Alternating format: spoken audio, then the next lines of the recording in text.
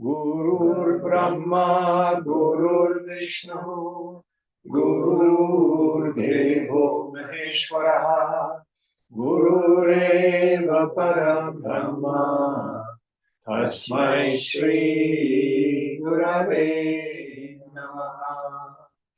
Chinmayam Vyapyat Sarvam Trailokyam Sacharacharam Tatpadam Darshitam Yena Tasmai Shri Gurave Namaha. Tvameva Mata Cha Pita Tvameva Tvameva Bandhuscha Sakha Tvameva Tvameva Vidyamraminam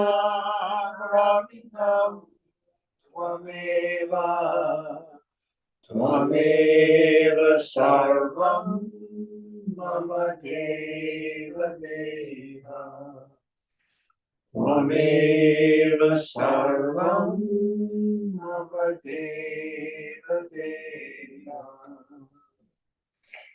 Jai Guru.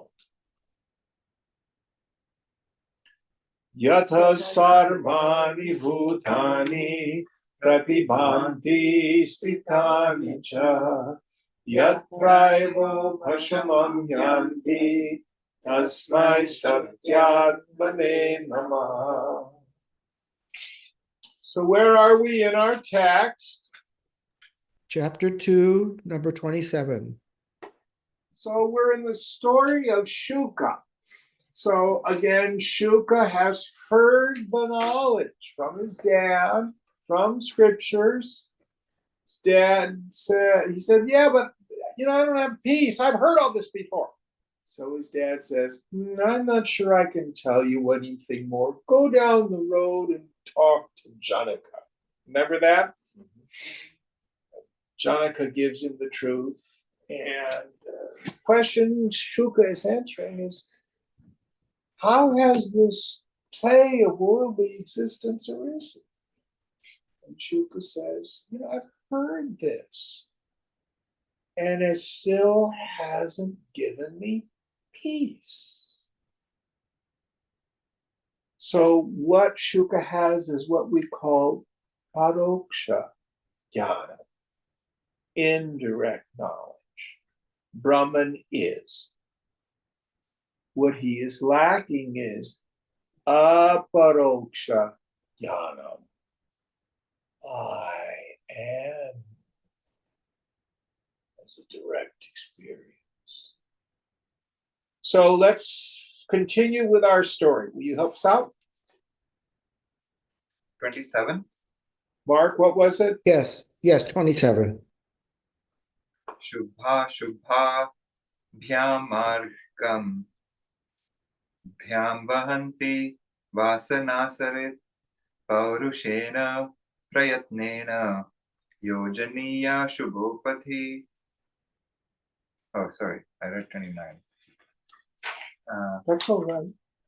Sorry, 27 is the one which is It's actually 27, 28. Okay, yeah, sorry. Vasishtha Uvacha Dvividho Vasana Vyuha Shubhash Chaiva Shubhaschate Vasanaudhena Shuddhena Tatra Cheda Paniyate Tatkramena Shubhe Naiva Padam Prapsyat Si Shasvatam. Vasishtha said, the multitude of your mental impressions is twofold, good and bad.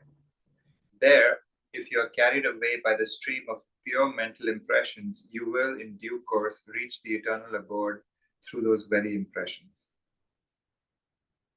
That's the two of them together? Yeah. Okay. So when we have an egoistic action in the world with I-ness and minus, and it delivers joy or sorrow to the mind, and after the fact we think about it, it leaves vasana. And over our millions of lifetimes, these essentially divide themselves into auspicious and inauspicious vasanas. Normally we say it's the annihilation of all the vasanas here and now, it's liberation by the wise. Oh, they're all bad. Well, actually, that's not true. Depends on where we are in our unfoldment. As we enter into our sadhana, as we're doing most of our sadhana, we have those inauspicious ones that keep drawing us deeper and deeper into the world. More drugs, sex, rock and roll. But it's not what we do, it's how we do it in the impression that's left. As long as I keep attributing to the world inherently joy-giving or misery-producing qualities, my mind will go there. Remember our ruthless rule of the mind.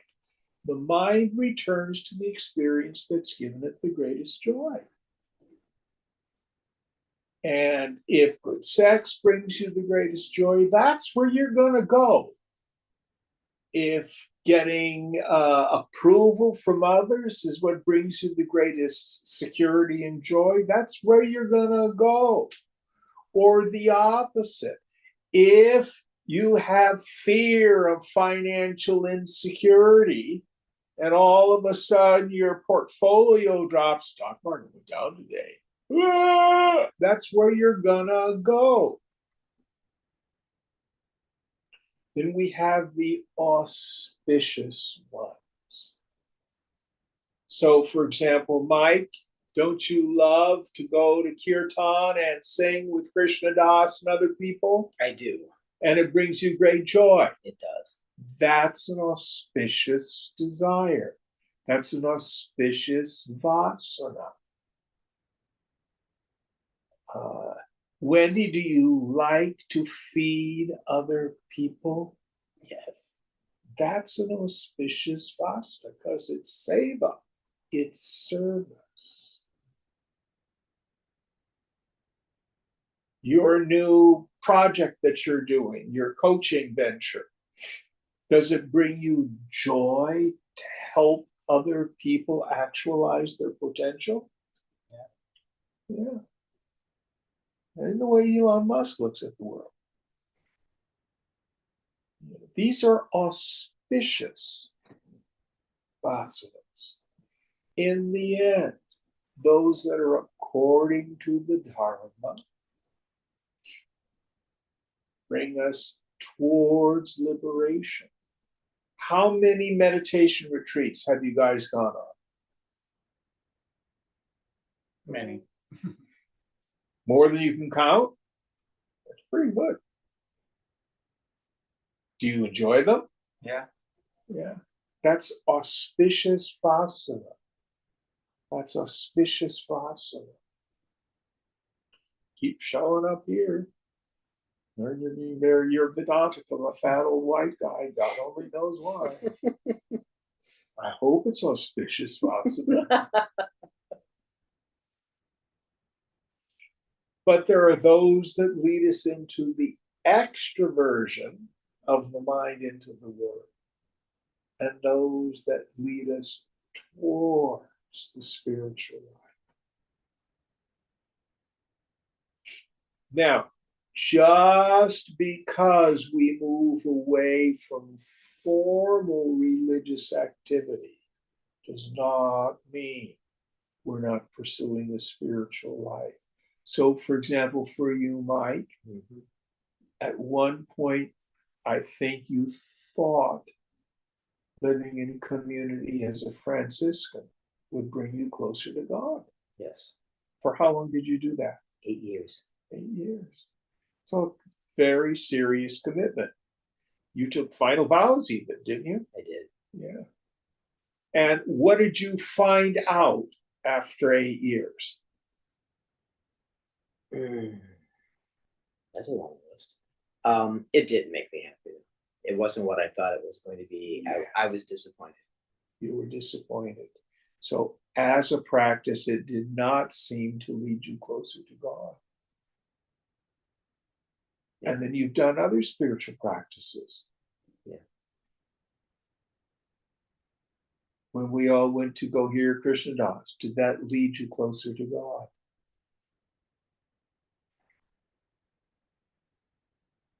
Did it bring you joy? It did bring me joy. Yeah. Yeah. So who's to say how the Lord will lead us? And sometimes we take what appears to be wrong turns or bad choices. Now, going back 40 years ago, I used to sing in the Grace Cathedral choir of men and boys, 16 professional men and 20 boys from the school. Fabulous, one of the best music jobs I've ever had in my life. And one of the things they did while I was there, they hired this woman, Lauren Artress, who was the canon pastor. She was a Jungian psychologist as well as a priest. And she had a replica of the labyrinth from Chartres. They had one outside and then one inside the great doors of Grace Cathedral. Any of you have been up there and walked the labyrinth there? Yes. Yeah. When they did that back then, I don't get it. What the hell is a labyrinth about? You know, walking in a maze. What is it? I don't get it. Well, I'm 76 now, and I've gone through many twists and turns of life. I totally get the labyrinth now, because that's been my life. It hasn't been a straight arrow direction towards God. It's been twists and turns and what looks like byways and pathways and reverses and round and round and round. Those of us with a few years under our belt, isn't that your life? You youngsters haven't had time to do this yet. But the other thing that's so cool about a labyrinth, first of all, you can't get lost. A maze you can get lost in. A labyrinth you can't. If you just keep walking, you'll get to the center. But if you start walking the labyrinth, and then you have a friend start walking the labyrinth several minutes after you, there will be times when you'll be walking this way and they'll be walking that way. And you'll be on one side of the labyrinth and they'll be on another. And if you take the labyrinth as a metaphor for our life journey, oh, I'm doing it wrong. They're going that direction and I'm going this direction. Have you ever had that idea? Mm-hmm. Or they're way over there. They're in India at the ashram, and here I am in Berkeley. Other side of the labyrinth. So one of the things the labyrinth is supposed to teach us is we never fall off the path. I promise you, you are unfailingly coming home to God.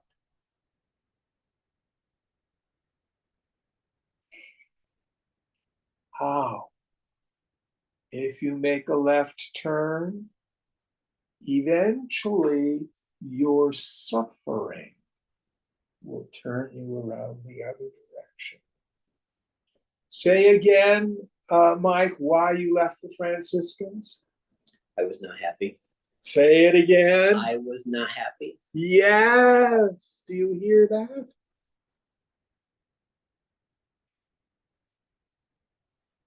Doing God's will for us in the now brings us peace. Deep inside, you have a sense of rightness, an intuition. Intuition means an inner teaching, unerring guidance. I like to talk about how guru shows up in three ways. There's the external guru, but that's a temporary psychological device. Notice I say temporary. Guru shows up in the world. It's a spiritual axiom that if I'm disturbed, no matter the cause, I'm the one with the attachment or the identification. That situation is guru, teaching me to let go and keep my heart open. But also, guru eventually is my own self-nature. It's wisdom, Hagia Sophia, holy wisdom in my own deepest part of my mind. And so we keep moving in that direction as best we can. These are subheja, auspicious desires. And if we follow the inauspicious ones, no problem. In time, they'll beat the shit out of us. And we turn and go the other direction.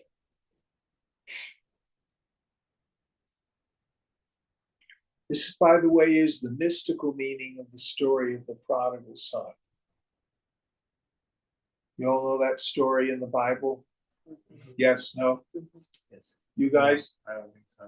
So, a man, a lord, has two sons. Oh, I think I know this one. And the younger one is a bit of a jerk. And he says to his father, I don't want to wait till you die. Give me my inheritance now. The father does it, gives him a big lump of money. And the son goes off into a foreign land and squanders his inheritance on riotous living. And finally ends up on a pig farm sitting on a heap of dung. You know, pigs are really unclean animals. It would be like a Brahmin having to go be a leather tanner, you know, killing cows. He has this thought. Even the poorest of my father's servants has it better than I. I will go home and say, Father, I have sinned against God and sinned against you. Just let me follow behind the servants in the fields, and I'll get the leftovers, the leavings. And then he does the most intelligent thing that any of us can do. So obviously, the second son, this one is the extroverting ego going into a foreign land, which is the world of sensuous activity and stuff like that. More, better, different, cash and prizes.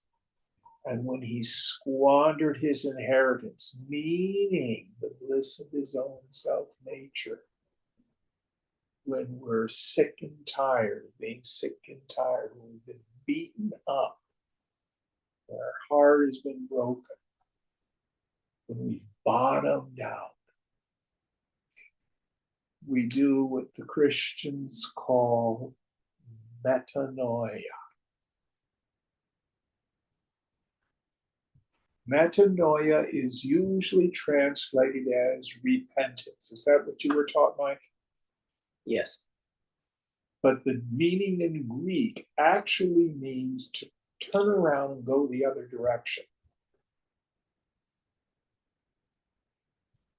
The Latin, repensare, is kind of interesting. That's where we get the word repent. Re, to do it again. Pensare, to think, rethink, think in a different way. So you do it pensive as well. Pardon me? Pensive, I guess, Comes from the same root, yes, pensare. So anyway, so the prodigal son turns around and goes home. Now, notice what his motivations are. It's not for love of his father. You and I don't start the spiritual life because we want God. We just want to get rid of our suffering. We want to get rid of the obstacles in my life. My marriage isn't working. I hate my job. I'm having health crises. I'm frightened about money. I'm depressed all the time. Maybe meditation will help. Isn't that what motivated most of us? Yes, no? Yep. You're like that dumbass prodigal son. Totally materialist. Maybe this will make me feel a little better. Now, the next part of the story is so cool. So he starts home. And even when he was a long way off, his father sees him, pulls up the skirt of his robe, rushes to meet him. And the kid goes, "Oh, Father, I have sinned against God." And said, "Shut up, kid. I love you. You're home. You were my son. You were lost and now found. You are dead and now alive. Welcome home." He puts the robe on him and takes the ring off his finger and puts him on him and says, "Kill the fatted calf. We're going to have a party tonight. My son who was lost is now found." Now, the second son, the one who stays with him, that's a whole other story. We'll get into that later. Whole sermon on that one. But the idea here is the smartest thing we can do is to turn towards the infinite, even with just a mustard seed of faith.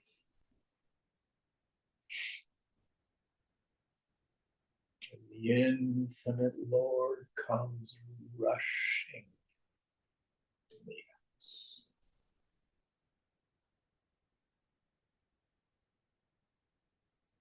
This is what's called in theology the salvific principle.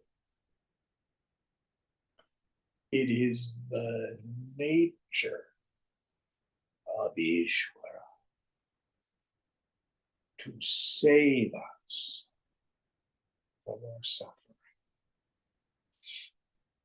So many of our mantras and our bhajans use the word sharanam. Ganesha Sharanam, Sharanam Ganesha. What's Sharanam mean?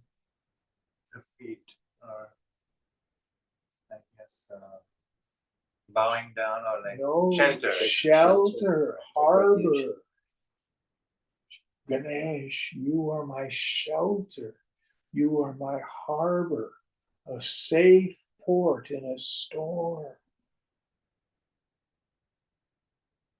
That's what it means. Refuge. Huh? Refuge is another translation. Yes, yes. Refuge, shelter, harbor.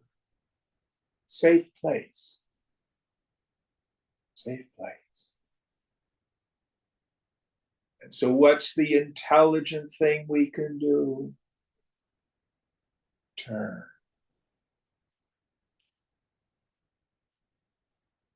So, all these auspicious vasanas, the ways in which we've turned towards the infinite, as opposed to the first part of what the prodigal son did, which is extroverting into the world. More, better, different. I'll be happy when, it'll be better if, control, dominate, revenge.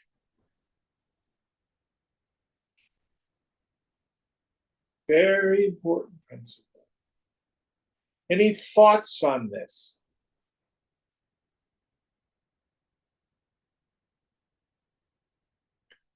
All right, next verse. Oh, I love this text. अथ चेदशुभो भाव यत्नात् जेतव्य एव सः. If the disposition of the mind is, however, bad, it has got to be conquered by effort. So, if we have nasty habits, so what we need to do, I want to change scriptures a bit, and one of my favorite sutras from the Yoga Sutras of Patanjali. It's in that second chapter, the first sutra. Tapas swadhyayeshwara pranidhana kriya yoga. Tapas, austerities. Swadhyaya, different meaning than we use in the Vedanta tradition. The Vedanta tradition, swadhyaya means after you've heard the scripture unfolded by the teacher, you go home and review it. In the Raja Yoga tradition, it means a psychological inventory. Literally just means self-study. It's an inventory of what my strengths and character defects, my kleshas are. So actually taking it from the second part first, you do the inventory. Okay, this is where I've got auspicious things going on. This is where I'm extroverted into stuff that isn't conducive to sadhana. So we have to do tapas. Tapas literally means heat. When I turn the mind from one flow of thought and action into another, there's resistance. Generates heat. We have to use purushartha. Purusha artha. Artha actually means wealth. But it's usually translated as self-effort. Purusha. It takes work. Nothing in the spiritual life can be accomplished without it. There are those who think armchair grace works. Oh, the Guru does it all. I've surrendered to the Guru. Babaji's going to do it all. I just have surrendered my life to Babaji. I'm just waiting for him to fix me. Yes, it all happens ultimately by God's grace, but we have to cooperate with grace and put in the manual labor, the work, to align my personal will with the divine. This is tapas. This is the self-effort that Vasishtha is talking about. And we cannot do it without God's help.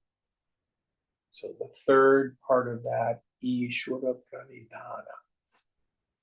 Tapas, Swadhyaya, Ishvara Pranidhana is called Kriya Yoga. Kriya means the difference between Kriya and Karma. Karma is a completed action. Kriya is an action in going on, in progress, present time. So it's usually translated as yoga in action. This is the doing of it. does take some self-effort. Any thoughts on this? And it takes time. It takes time. Depending on how extroverted the mind is. With just a little bit of surrender,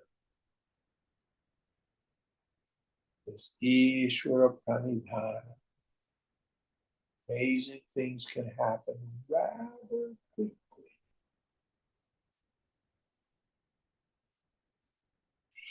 Oftentimes, other people will notice the changes before we do.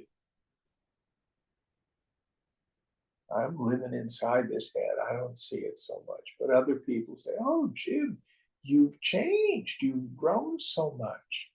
You're not nearly the asshole you used to be. What happens? Any thoughts on this? Next one.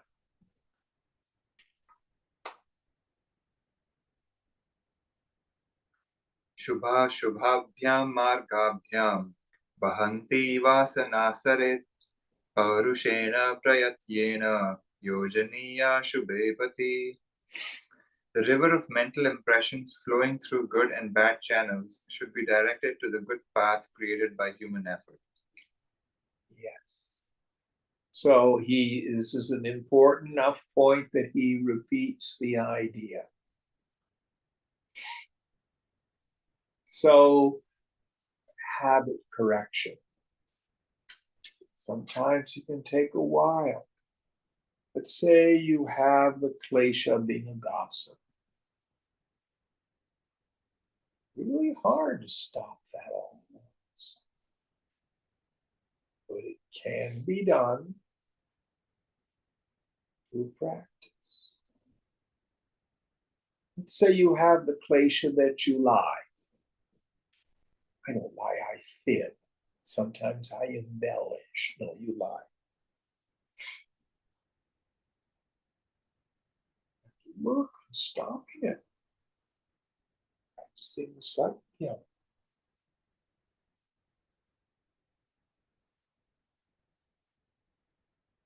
And we can go through all sorts of lists of character defects. One of the ones that many of us have, we don't realize it's a klesha. Self-pity. It's so unsexy. Oh yeah, I'm dealing with my anger issues. That's kind of sexy. Oh yeah, I've got lust problems. Yeah, that's kind of sexy. Oh, I just spend time in self-pity. It's so unsexy. But it's a klesha. Or self-obsessed fear. And there's no magic bullet. I just have the right experience. If I find out what's the cause, did my mother take my bottle away from me? Is that why I'm so frightened? Doesn't do any good. Understanding is the booby prize. You still have to do the tapas, which is when the thought and the story and the feelings that arise around it arise. No, turn my mind towards subecha, auspicious thought, desire, intention, action. Now, little practical hints. It almost doesn't matter what your problem is.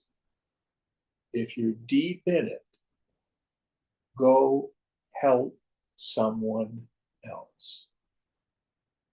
Call them up. I'm so in my head and I can't stop. tell me about your life, and then shut up and listen. Take a genuine interest in another human being. It is so powerful. Genuinely wish the well-being of another. The gift of just presence of this. Who's tried this before? Very powerful.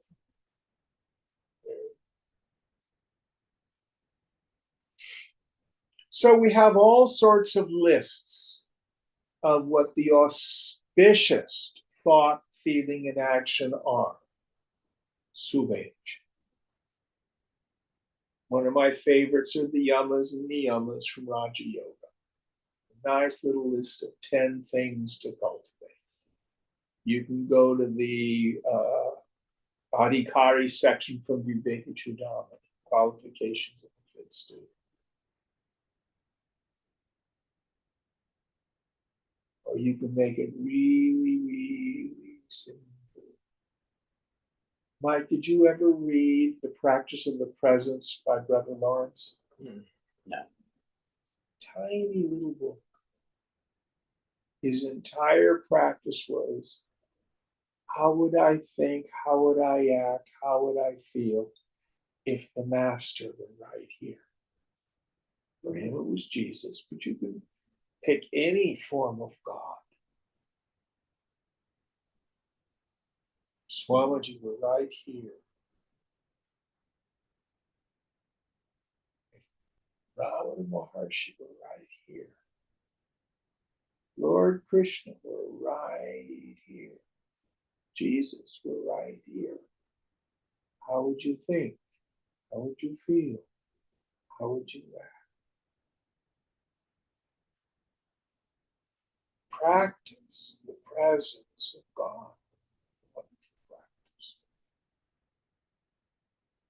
There's so many. There's so many. All right, next verse.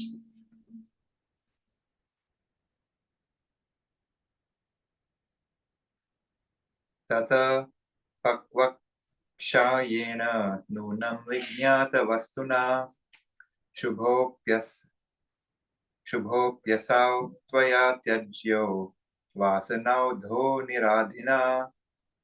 Then even this stream of good mental impressions should be abandoned by you with burnt up passion, free from anxiety, and indeed by understanding the nature of reality. Now, this is an important one. So this practice that's been given to us, these first few verses, is at one particular stage of our sadhana. Now, I've got some news for you. Getting rid of all the negative vasanas and directing them all into good vasanas is like trying to count to the highest number. The equipment is by definition finite. The equipment is a vehicle for the garnering of experience and the satisfaction of desire. It is by definition inauspicious and impure.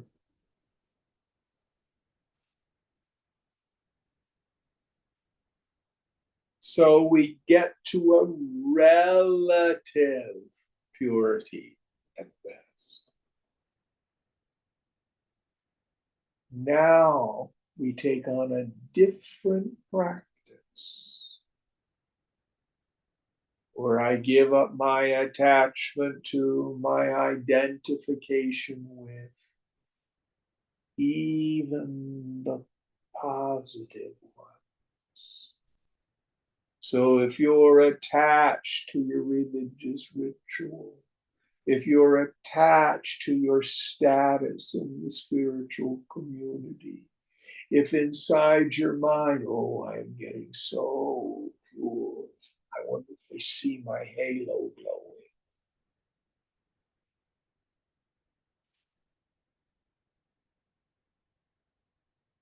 Are you telling everybody about your spiritual experience? That's a sure sign you've got attachment and identification with the path itself. Did that make sense? Yeah.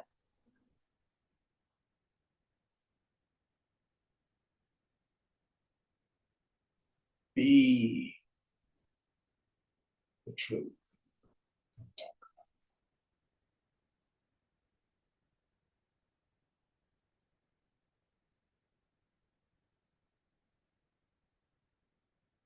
So even these auspicious thoughts, feelings, actions, desires, proclivities.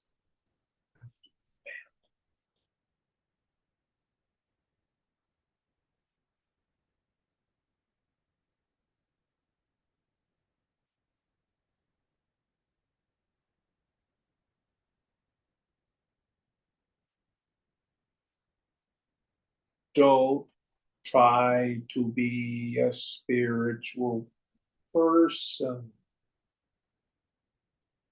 Don't try to be an enlightened person. Don't try to be a realized soul.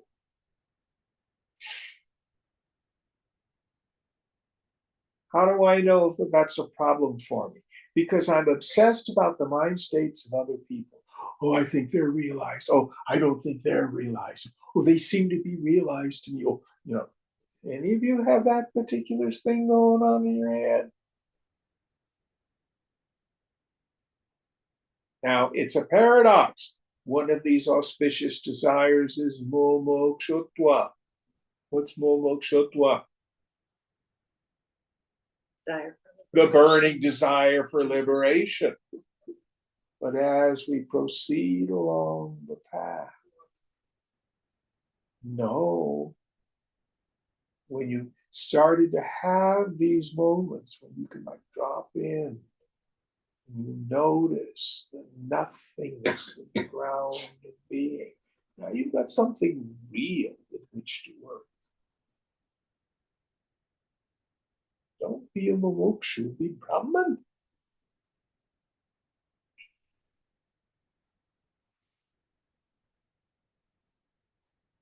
It's a sequence of practices, notice.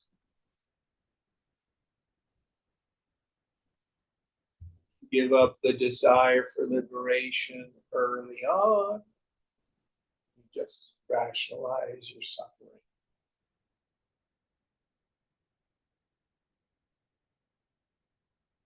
Next verse.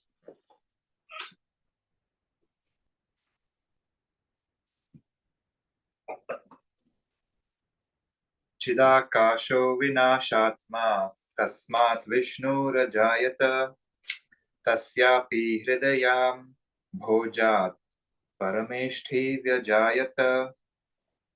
Chidakasha, or the plenum of consciousness, is the indestructible self.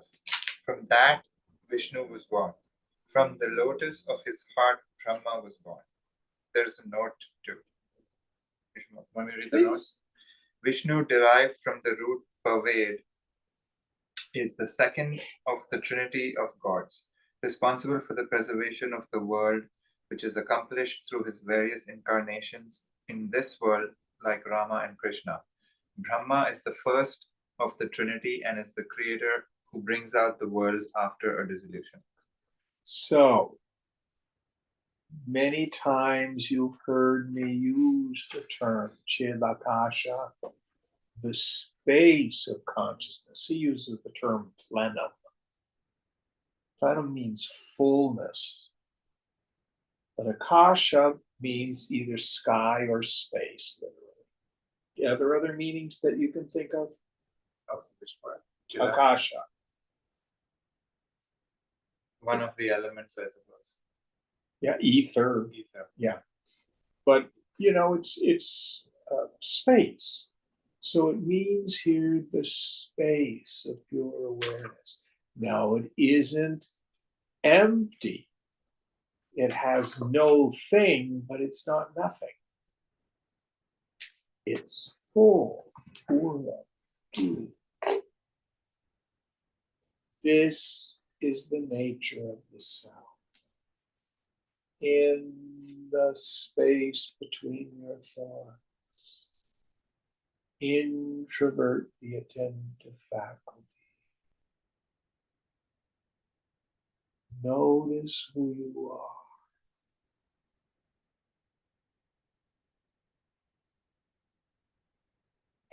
There's nothing there.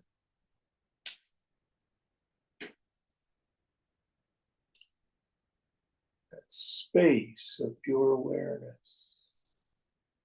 Chid Akasha is the nature of the self.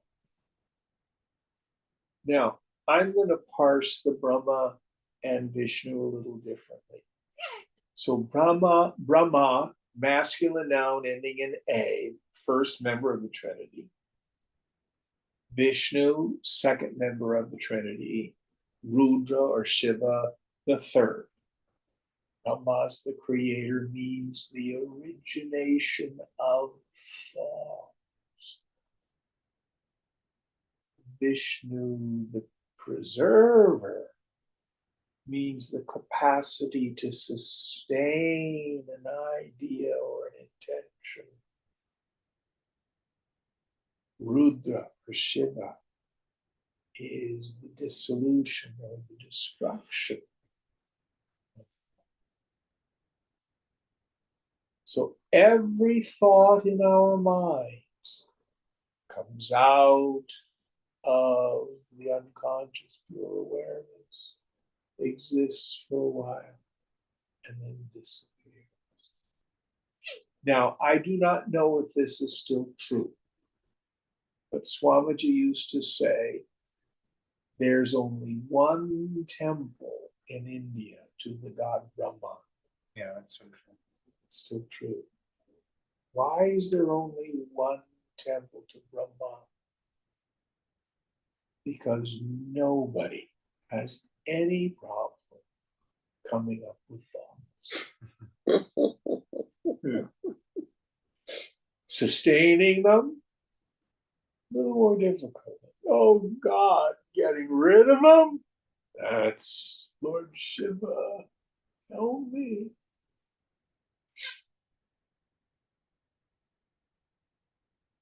So in this space of pure awareness, thought, will, wish, intention arises.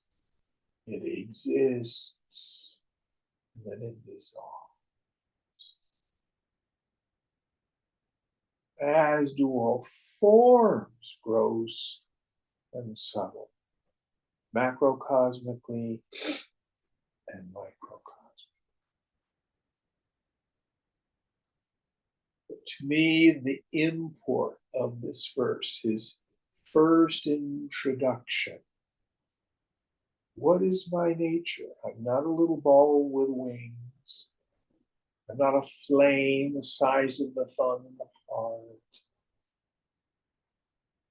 I'm not a person with qualities or characteristics. Oh, I'm an introvert.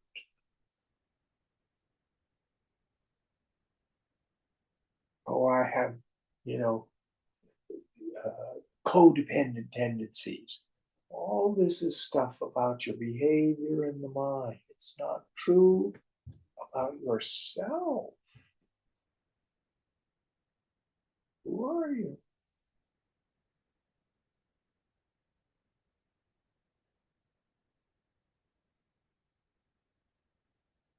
Chidakash, the space of pure awareness. Favorite word. Next one.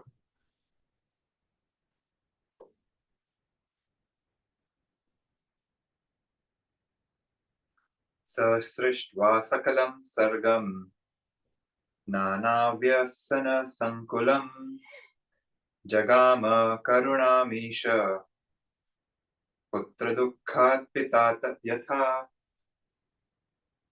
He, Brahma, the god, having produced the entire creation filled with manifold evils, was moved by compassion, just as a father by the sorrow of his son. So here in the language of myth, actually Hinduism does not have myth. It has mystic symbolism. So this is attributing to God, Brahma, anthropomorphic tendencies, but it's another creation story. Let's go on and see what he says. Next verse. Tapo danam japastitham natyantam dukkha shantaye tattavat dukhamokshartham jnanam prakatayamyaham. Austerity, charity, repetition of sacred words, and holy places do not bring complete cessation of sorrow. I, therefore, reveal the knowledge for achieving freedom from sorrow. So, just like science says we can trace our mitochondrial DNA all the way back to a real Eve. We are all related to one woman, probably from the Alduvai Gorge in Africa, 65,000 years ago. There was a genetic bottleneck. Modern humans were almost all wiped out. But from that time, men and women do the hokey pokey, the mufti pufti, and make a baby, and this goes on and on and on and on. There's no break in that. All of us can trace our ancestry back to that woman. Isn't that incredible? So here the scripture says, Brahma, the creator, is the origin of the sacred wisdom. So we have what we call in modern times the Guru Shishya Parampara, the tradition of a lineage. Just like a man and a woman get together to do the mufti pufti and out comes a baby. They don't come really any other way. Modern times now we have IVF. But in terms of the knowledge, sometimes there's spontaneous enlightenment, like Ramana Maharshi, like Krishnamurti. But for the vast majority, when the student is ready, the teacher appears.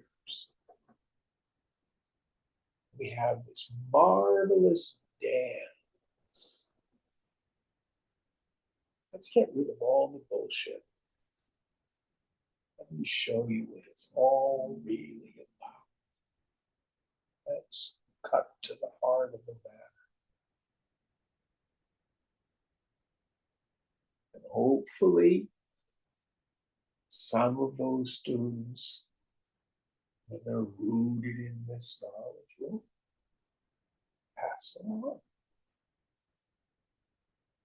And this has been going on metaphorically since Brahma, the creator, brought forth the sacred wisdom. So this science of self-knowledge is co-eternal with humanity. It is part of what makes us human.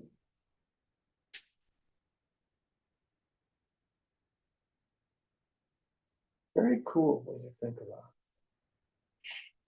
All right, next verse.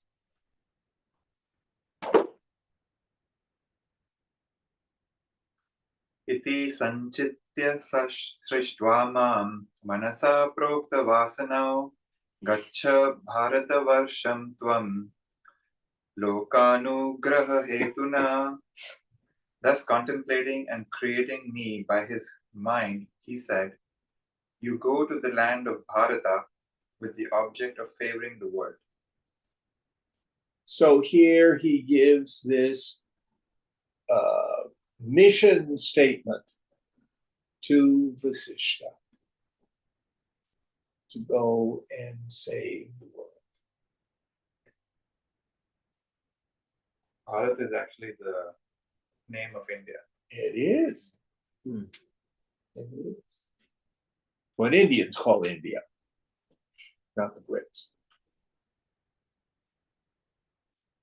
And it's actually the name of the family that we find in the Mahabharata. What is the word? Bharat. Bharat? BH. And isn't he one of the Pandava brothers? No, he's Or Rama's brother. Rama's brother, yeah.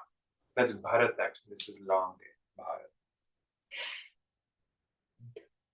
It means support, actually, I think, doesn't it? Okay, going on.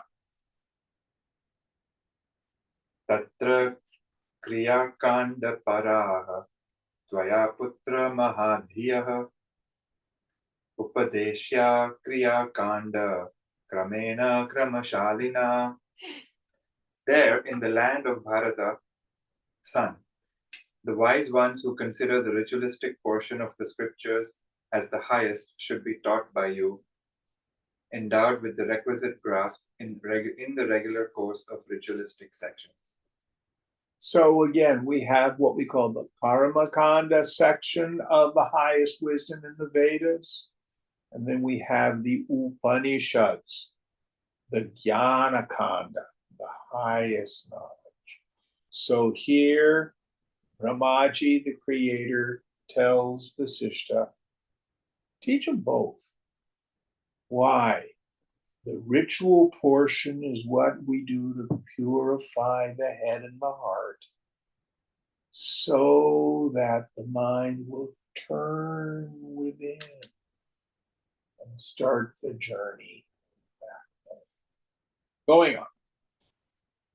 Viraktastu mahaprajna jnanenanandadayana iti tena niyuktoham tishtami bhuvanasthale. But the extremely wise ones who are free from passion should be taught by that knowledge which is the giver of happiness. Thus, directed by him, I remain in the field of this work. Yes. So Vasishtha stays in this world, and he is an icon for any one of us who has the karma, feels the calling to pass this knowledge on. So you wait till you find people who are ready for it, which is few. Always has been. A lot of people have these ideas, oh, we're going to enlighten the whole world. If you find a way to do it, more power to you.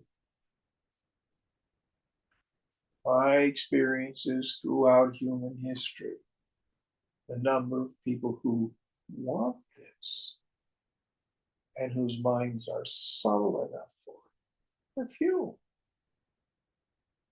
They're few. It's always been that way. There are many who may want an intellectual understanding, or just as the scripture said, may be taught how to love God more effectively, how to practice devotion. It's great. But those who want the deeper knowledge. Next verse. Section 3. Moksha Dwara Palakaha, guardians of the entrance to liberation. Oh, yeah. We got these guardians there with their lightsabers. If Yay. you're not ready, let's see what they are. Mokshadware Dwarapala Chatwara Parikirtitaha Shamo Vichara Santosha Chaturtha Sadhu Sangama. In the gateway to liberation, it is declared there are 4 doorkeepers. They are tranquility, enquiry, contentment, and the 4th, association with virtuous people or sages. Yes. So there have been periods of history in India where the Brahmin caste thought only Brahmins could hear the Vedanta. And even more than that, only Brahmin men can hear the Vedanta. When Swamiji first came out of the Himalayas and started to teach, he got death threats from the Brahmins. How dare you take the sacred knowledge to the marketplace and teach it in the tongue of the foreign devils? Swamiji always taught in English. But they eventually came around. Shankara saw, or Chinmaya saw himself as a modern day Shankara, I would say. He wanted to convert Hindus back to Hinduism instead of their superstitious and wrong idea notions that had crept into the culture. He did it for 40 some years. Did a pretty good job. But the truth is, we do not have to have guardians at the door. The real guardians are these qualities. Being adhikari, a fit student. If we don't have them, we will not be attracted to this work. And even if we come in contact with it, we won't stay, be extroverted into the world. So let's go through the list of the 4 that are enumerated in this particular scripture. Tranquility. Tranquility. What was the Sanskrit? Shama. Shama, yes.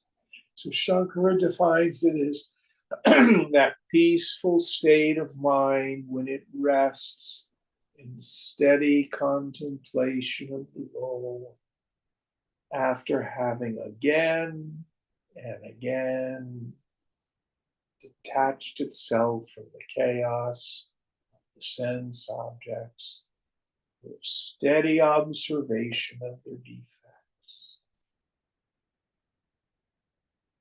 Go after the world. Let it kick you in the teeth, as Swamiji used to say. Let it break your heart. That's the defect to see the fundamental dukkha of craving. And it can take us a long time. Ego says, I'm unhappy because I'm not getting what I want. Yoga says, I'm unhappy because I'm a fool. Because I'm attached, I'm wanting, I'm caught in the tyranny of craving. So Shama arises when again and again detach myself from the chaos of the sense objects.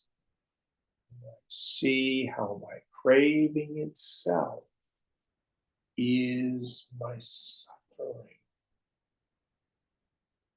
Next idea. Inquiry.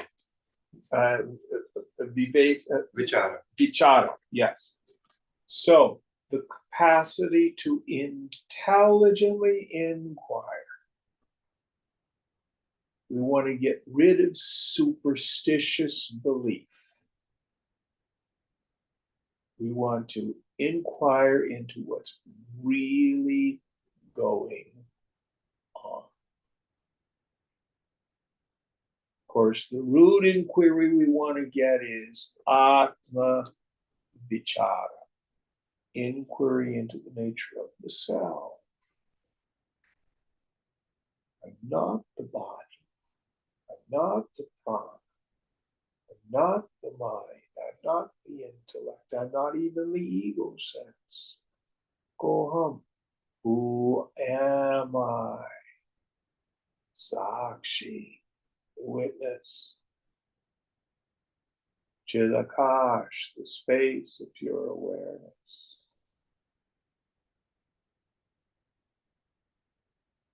This is vichara. Third one, santosh, Santosha, contentment. contentment. We have to give up the notion that a change of circumstances is what's going to fix my condition. It's a term we get in AA called a geographic. I live in Chicago and I've gotten drunk and I've lost my job and nobody's talking to me anymore and I've run up my credit cards and I'm going to get evicted from my apartment. Chicago is the problem. If I move to Los Angeles, it'll be better. Go to Los Angeles and I'm new there, the new kid on the block. Razzle dazzle.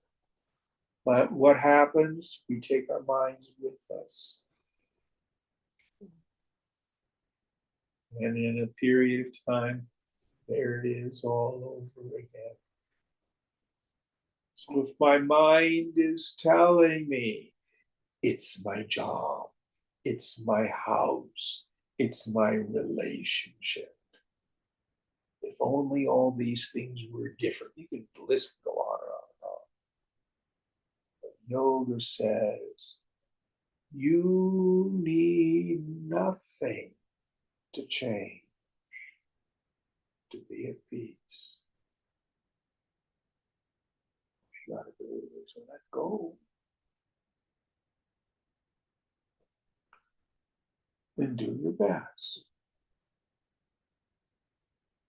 And don't worry, whatever circumstance you're in right now, if it's uncomfortable, it will pass.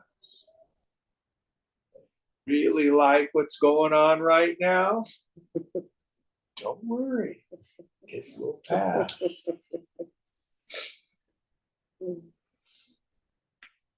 What did the Master Jesus say? My kingdom is not of this world.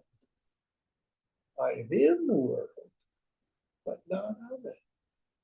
The kingdom of heaven is at hand. It's right here, right now. It's not after you die when you go up to some heavenly place. Right here. Kingdom of heaven is at hand.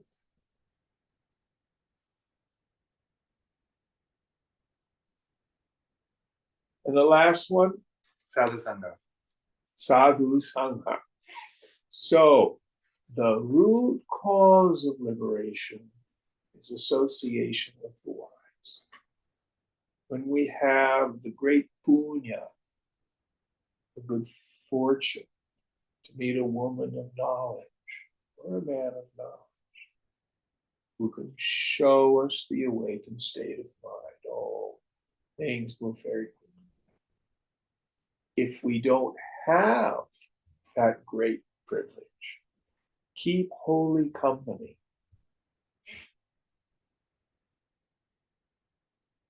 Because environment is stronger than will. It's really a challenge to practice our yoga in a vacuum. You can do it. It's easier if you want to leave the world and go sit on top of a mountain. But if you're in the extroverted materialistic world and you have no fellowship, no community, no sangha, it's really hard. So seek holy company, seek fellow travelers. I love one of the last things that Ram Dass said when asked, what's our purpose in life? And he said, to walk one another home. I just love that. That's what we do. That's sadhu, sangha, satsang. All right, next verse. Oh, no, we got to stop. It's 9 o'clock. So what verse are we on for next week? 39. Okay, and I think that will be our last class of the year. Yes, so that will be the 21st. We will not meet on Thanksgiving, which is the 28th. And I'm going to take the whole month of December off. So we will resume class on the 9th of January. So we'll get a very long break, 6 weeks this year. All right. So 28th is Thanksgiving though. So this class on Thanksgiving. There is no class on Thanksgiving. So 21st is the last class. Next week is the last class of the year. And then we'll resume next year. So that means no class on Monday as well for the following what's that? Panchadashi on the 25th. We will have class on the 27th. Okay. No, that's January. I lied. Get back to November.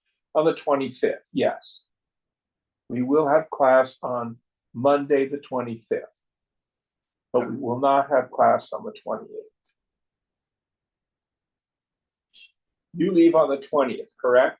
That's right. Yeah. So have you talked with Dinesh? I haven't yet, but I will ask him now that I know that there's class on 25th as well. Yes, all right.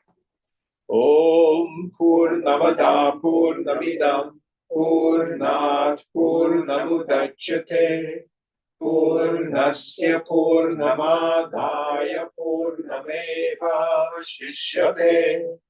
Om Shanti Shanti Shanti.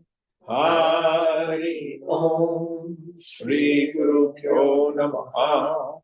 Hari Om.